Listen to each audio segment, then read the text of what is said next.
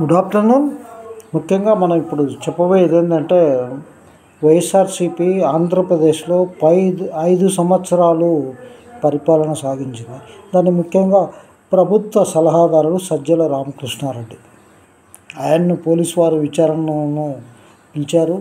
ఆ విచారణలో ఆయన చెప్పినటువంటి అంశాలు మనం గమనిస్తే నవ్వు వస్తుంది.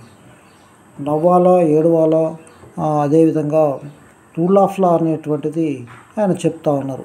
వీళ్ళంతా వైలేషన్ చేస్తున్నారు రూల్ ఆఫ్ లాను, అదేవిధంగా పట్టుకుపోవడం, అక్కడ ఏదో పెట్టడం, జైలు పంపడం చేస్తున్నారని చెప్పారు. అది మీరు చేసింది. కేంద్ర కార్యాలయాన్ని తెలుగుదేశంను ధ్వంసం చేసినటువంటి వాళ్ళు నందిగామ సురేష్ కానీ, అప్పిరెడ్డి కానీ, ఇంకా కొందరు మూకలు కానీ దాని మీద విచారణ జరుగుతుంది. ఇక మ్యాన్ హోల్డింగ్ అనేది కరెక్ట్ కాదు. ఆస్తులను విధ్వంసం పట్టాభి ఏదో అన్నాడని పట్టాభిరామ్ ఆయన కొంచెం డైనమిక్ లీడరు, సమస్యల మీద కరెక్ట్గా మాట్లాడేటువంటి వ్యక్తి తెలుగుదేశంలో. ఆ విధంగా మాట్లాడినాడని చాలా కంపెనీస్ మీద కానీ ప్రభుత్వం చేసే తప్పులను కానీ ఎత్తి చూపాడని చెప్పి ఆయన్ను ఖచ్చితంగా ఇబ్బంది పెట్టారు, జైలు పంపించారు. అదేవిధంగా మీరు తలుసుకున్న ప్రతి వాళ్ళను జైలు పంపించారు. రూల్ ఆఫ్ లా లేకుండానే పట్టకపోవడం, ఈవెన్ మాజీ ముఖ్యమంత్రిని మీరు జైలు పంపించిన ఘనత మీకే వర్తిస్తుంది ఫ్యాక్షన్ టైప్లో. ఎందుకంటే 17A అనేటువంటి రూల్ లేదు. మీది ప్రజాపాలన ప్రభుత్వం. ఇది గవర్నర్ గారికి జగన్మోహన్ రెడ్డి అరెస్ట్ చేయాలన్నా, జగన్ మీద చర్య తీసుకోవాలన్నా గవర్నర్ గారికి ఫైల్ పెట్టినారు. ఆయన అప్రూవ్డ్ అయిన తర్వాతనే చేస్తారు. ఇది ప్రజాపాలన, రూల్ ఆఫ్ లా అనేటువంటిది. గతంలో ఏం జరిగిందనేది ప్రజలందరూ చూశారు. మీరు అమరావతిలో ఏడిపించారు రైతులను.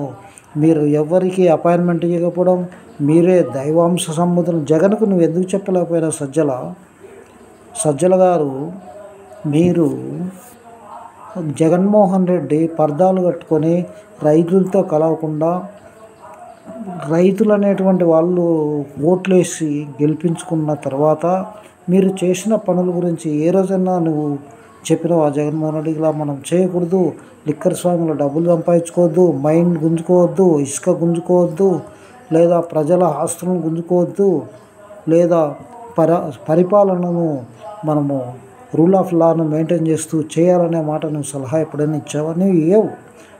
ఆయన ఏం చెప్తాడో, ఆయన ఫ్యాక్షన్ చెప్తే నువ్వు డబుల్ చేసి చూపించినటువంటిది.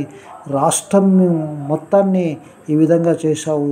రూల్ ఆఫ్ లా ఉందని ఏ విధంగా చేశావో ఒక ఆదర్శవంతుడైన వ్యక్తిని మీరు ఆదర్శంగా తీసుకొని, మిస్టర్ కేసీఆర్ని ఆదర్శంగా తీసుకొని మీరు చేసినటువంటి పనులు ఈరోజు మీరు ఓడిపోవడానికి కారణమైంది. జన్మలో మీరు రాలేరు. ఎందుకంటే తల్లి చెల్లికే ఆస్తులు పంపకుండా మీరు కూడా ఇబ్బందులు పెట్టారు. మీరు కూడా అపాయింట్మెంట్ ఇవ్వకుండా. కానీ వాళ్ళు చెడిపోలేదు. షర్మిల అనేటువంటి వ్యక్తి జగన్మోహన్ రెడ్డి కంటే ఎక్కువ పరిస్థితికి వెళ్తుంది. ఎందుకంటే ఇప్పుడు కాబోయేది ఎంపీ, తర్వాత కాంగ్రెస్ వచ్చేదానికి అవకాశాలు ఉన్నాయి. పోరాటాలు చేస్తారు. శాస్త్రవేత్తలు, మేధావులు 10 సంవత్సరాల వరకు కాంగ్రెస్కు పుట్టగతులు ఉండవని చెప్పారు. 10 సంవత్సరాలు అయిపోయింది. ఇప్పుడు 11వ సంవత్సరం నడుస్తుంది. ప్రత్యామ్నాయంగా జగన్మోహన్ రెడ్డి తప్పుకోవాల్సిన అవసరం కూడా ఏర్పడదు. ఎందుకంటే ఆయన అహంకారము, ఆయన 5 సంవత్సరాల్లో చేసిన విధ్వంసకరణ పాలన, ఆర్థిక విధ్వంసం, ఇవన్నీ ప్రజలు అర్థం చేసుకున్నారు. కాబట్టి ఆయన పార్టీ నెక్స్ట్ వచ్చే అవకాశం లేదు. ఆయన ప్లేస్ను భర్తీ చేయవలసింది కాంగ్రెస్ మాత్రమేనే మనకు అర్థమవుతుంది. తెలంగాణలో ఏ విధంగా మహిళలకు చేశారో అవన్నీ మేనిఫెస్టోలో పెట్టి షర్మిల గారికి ఒక పదవిచ్చి, ఎంపీ పదవిచ్చి గౌరవించి పోరాటాలు చేయడానికి, ఈ యొక్క కాంగ్రెస్ పార్టీని అధికారం తేవడానికి ఆంధ్రప్రదేశ్లో ప్రయత్నాలు జరుగుతున్నాయి. వెనకాల ఎంతమంది పెద్ద మేధావులు, సీనియర్స్ అందరూ కూడా ఆమెకు సపోర్ట్ చేస్తున్నారు. ఒక జగన్మోహన్ రెడ్డి సోనియా గాంధీని ఎదిరించినాడు అనకుండా ఈ ఎవరైతే షర్మిల గారు ఉన్నారో, షర్మిల గారు కేసీఆర్ని ఎదిరించంటే జోక్ కాదు. కేసీఆర్ను ఎదిరించిన వాళ్ళు అందరూ కూడా జైలుకు పోయారు. షర్మిల డైనమిక్ లీడర్ కాబట్టి మోడీ గారు కూడా మెచ్చుకున్నారు. కాబట్టి ఈరోజు వచ్చేటువంటి కాలంలో కాంగ్రెస్ వస్తే మంచి పొజిషన్లో వెళ్ళడానికి షర్మిలకు అవకాశం ఉంది. ఇప్పుడు ఆమె ఆంధ్రప్రదేశ్ కాంగ్రెస్ అధ్యక్ష పదవిలో ఉన్నారు. ఇంకా అక్కడ పైన కూడా ఢిల్లీలో కూడా పదవులు ఇస్తూ ఇంగ్లీషు, హిందీ అన్ని దక్షిణాదిలో ఒక క్రియేట్ చేస్తున్నారు అంబాసిడర్గా షర్మిలను కాంగ్రెస్ పార్టీ. ఎందుకంటే దీనికి మద్దతుగా రేవంత్ రెడ్డి కానీ కర్ణాటక నుంచి కానీ ఇంకా అన్నీ ఆమెకు సపోర్ట్గా రావడం జరిగింది. కర్ణాటక నుంచి ఆమెకు ఎలక్షన్లో నిలబడొద్దని పార్టీని మిక్స్ చేసినప్పుడు కర్ణాటక నుంచి ఒక పదవి ఇస్తామని చెప్పారు. ఆ పదవి రాబోతుంది. పదవి వచ్చిన తర్వాత ఆమె ఎక్కడ వెళ్తుంది? తల్లి చెల్లిని ఆస్తి పంపకాల్లో సరస్వతి గురించి మనం నిన్న కూడా ఒక వీడియో చేయడం జరిగింది.